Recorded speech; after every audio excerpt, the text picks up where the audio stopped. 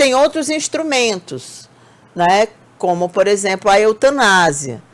Nenhum desses instrumentos, nem o suicídio assistido, nem a eutanásia, são permitidos no Brasil. Mas a gente queria conversar sobre isso, porque eu acho que é importante refletirmos, né? Porque quando acontece algo assim com alguém que tem visibilidade, chama atenção. Eu acho que as pessoas param, eu pelo menos parei um pouquinho para pensar sobre isso. Eu já assisti a vários filmes onde as pessoas vão até a Suíça para aquelas clínicas especializadas, onde elas vivem aquele momento, elas decidem como elas querem viver os últimos momentos dela. Nós estamos aqui com a geriatra Glenda Moreira, nossa querida Glenda, que voltou aqui ao programa depois de tanto tempo. Muito obrigada. É sempre um prazer recebê-la, é sempre um prazer conversar com você. E queria saber de você, como é que você vê esse tipo de procedimento, o que você pensa sobre isso e por que a gente tem tanto medo ainda de falar sobre morte? Eita, oi, eu também estou muito feliz de estar aqui, Cíntia, Obrigada. E a todos vocês que me ouviram por um bom tempo, a gente participando regularmente, foi muito bom. O tema, eu acho que essa é a puxada, né? O Antônio Cícero trouxe algo que é muito mais frequente falar sobre isso agora, né? Agora que eu digo nos últimos tempos, quando a gente, inclusive pós-pandemia, tocou um pouco mais nesse tema que é a morte, e que é um tema que sim é tabu. Então, Cíntia e telespectadores, ouvintes, é uma questão humanitária e jurídica extremamente complexa, né? Então, a gente não pode tratar isso como algo tão simples assim. No entanto, é uma discussão que envolve o tema autonomia. O que exatamente é autonomia? Então, essa autonomia ela precisa ser bem informada. Então, decidir por algo que é encerrar o seu processo de vida do jeito que ela se encontra, quando ele coloca, né, que estava insuportável, e sim, ele estava diante de uma doença que ameaça a vida e que é incurável até o momento atual, e assim vai para outras situações, como você citou no filme. Ele conseguiu ter, através dos seus acessos de intelectualidade, né, de ser um homem que tem diferencial nesse aspecto, e no aspecto também de suas crenças e valores, ele conseguiu definir pela sua dignidade, a dignidade que ele escolhe. Percebam, quando a gente fala de dignidade, é a dignidade que é para mim, para mim validada. Então, quando Antônio percebe isso, ele decide, ele encontra caminhos, porque no planeta, sim, existem sociedades que são menos religiosas e menos moralistas, e que envolvem-se mais com a questão da bioética. E aí temos Suíça, temos o estado do Oregon, Washington, alguns estados, locais, Holanda, e cada uma com suas peculiaridades quanto às autorizações desse tipo de atitude, de ação. Então, Brasil, isso é crime dentro do Código Civil, como disse Luciana Dadalto, uma pesquisadora do assunto da cadeia, né? Nós não temos clandestinidade nesse aspecto, um pouquinho diferente quando a gente fala do aborto, né? Aborto é legal ou não é legal? Então, assim, existe o aborto clandestino, mas eutanásia ou suicídio assistido clandestino, isso não não existe, porque depende de um profissional, de uma equipe de saúde, né? E existe uma boa diferença entre esses dois termos, e lembrem, eutanásia e assistido não são autorizados no Brasil, né? Mas é importante falar sobre isso, por quê? As pessoas confundem os dois temas com a ortotanásia, com o cuidar bem de quem tem uma doença final e que está em um processo de muito sofrimento. Quero deixar claro aqui, Cíntia, que a maioria das pessoas nas pesquisas, por exemplo, lá na Suíça, na Holanda, que definiram pelo suicídio assistido ou eutanásia, os problemas relatados é sofrimento existencial pela perda de autonomia. Porque às vezes parece a ilusão de que, nossa, a pessoa estava com um sintoma intratável, estava com dor que não conseguia suportar. Talvez isso passe pelo imaginário da gente, né, na nossa população. Então, assim, não é esse o grande motivo de solicitação de suicídio assistido onde ele é autorizado. O grande motivo é sofrimento da sua dignidade final de vida e de sua autonomia, ou seja, uma falta de controle, um desejo muito forte de se manter decidido até onde você vai com a sua vida. Então, essa é a tal da autonomia, né? E por que eu quero puxar isso? Gente, não é porque a pessoa está num sofrimento excruciante, no aspecto físico. É um sofrimento muito mais psicológico, psicoemocional, né? E por que eu quero colocar isso? Nós temos uma grande realidade para mais de 90% das pessoas que estão em sofrimento psicoemocional. É que elas estão com sofrimento físico gigante, não assistido. Aí a gente puxa para o outro termo chamado ortotanásia, que é a grande notícia. Você tem direito de não passar mal durante a sua fase de vida, que é a morte. É direito nosso receber assistência médica, de cuidados de saúde, de alívio de sintomas, de determinar onde eu prefiro estar, de conhecer a minha doença, de conhecer onde ela vai me levar, de que procedimentos eu quero me livrar ou que procedimentos eu aceito. Esse é o direito da ortotanásia, esse é o direito à autonomia que está muito, muito longe da gente exercer. Então, quando o Antônio traz isso à tona, com a decisão dele, todos estão, alguns aplaudem, outros, né? Então, como tudo polêmico. Porque tem sempre aquele viés religioso, isso, né? Que eu acho que não cabe, nem... Constitucionalmente, o direito à vida é nosso. Não é?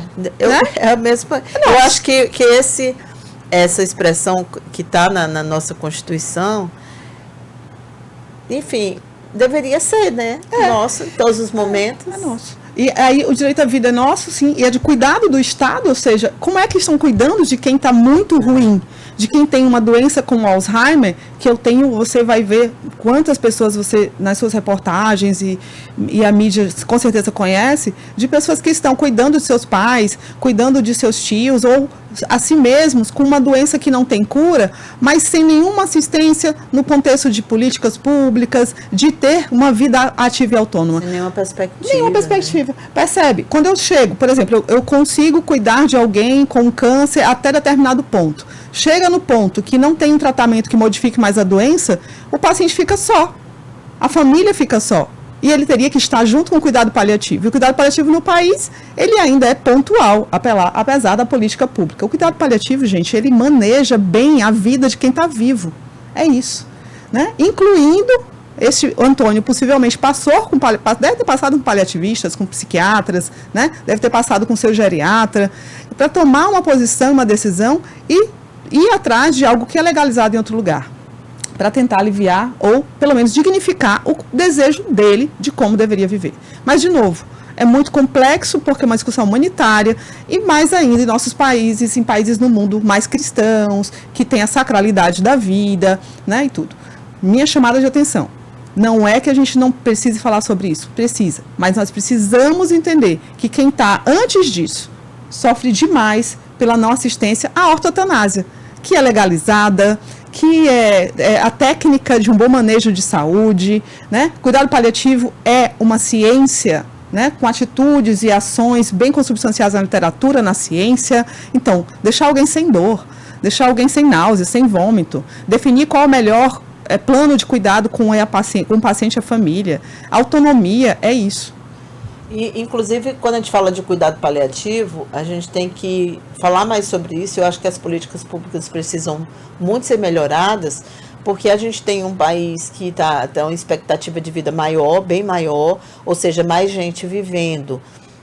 E aí você tem também mais demências, porque a gente citou Alzheimer, é só uma das questões. Você tem os cânceres, que aumentam muito, né, que impactam a vida. Você tem os AVCs, que também a sobrevivência a eles, quando não recebe o tratamento adequado, também impactam muito o estilo de vida. Então, cuidados paliativos, que são aquelas coisas que, normalmente, quando alguém fala... Eu lembro que a Preta Gil falou, estou recebendo cuidados paliativos. Houve uma enxurrada de interpretações. Isso, não, ainda não, como se fosse uma coisa confundida com, peraí, não, cuidado paliativo ainda não, porque você ainda tem vida. É exatamente do que se trata o cuidado paliativo, da vida do alguém que está no processo de sofrimento. Então, não há nenhum trabalho que mostre que quando você abordou em conjunto com o cuidado paliativo, alguém sofreu mais, pelo contrário.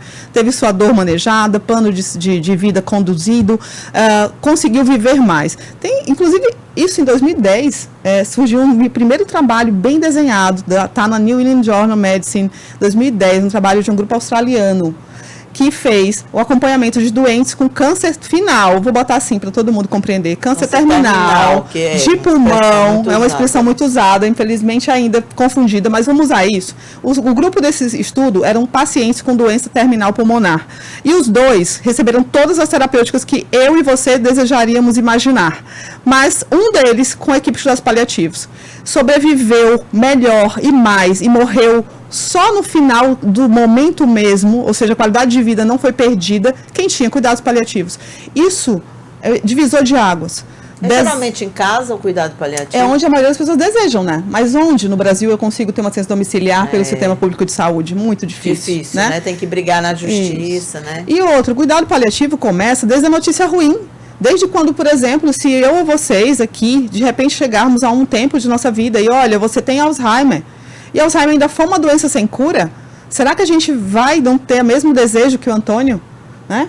Porque percebam, ele escreveu cartas, ele se despediu de amigos, ele não tinha um Alzheimer final. Todas as doenças também têm essa etapa, o início e o final. E ele não estava suportando nem o processo inicial ou moderado. Ele não era um paciente com Alzheimer, onde ele não mais reconhecia as pessoas. Ele conseguia construir um construto de carta, conversa, decisão. Inclusive, isso foi importante para ele poder decidir por ele. Né? Porque o Alzheimer, ele interdita você, pela lei brasileira, inclusive. Sim. Então, antes disso, ele já decidiu. Né? Tinha condições para fazer. Pra decidir. Quantas pessoas podem ir para a Suíça, né? Porque é muito caro.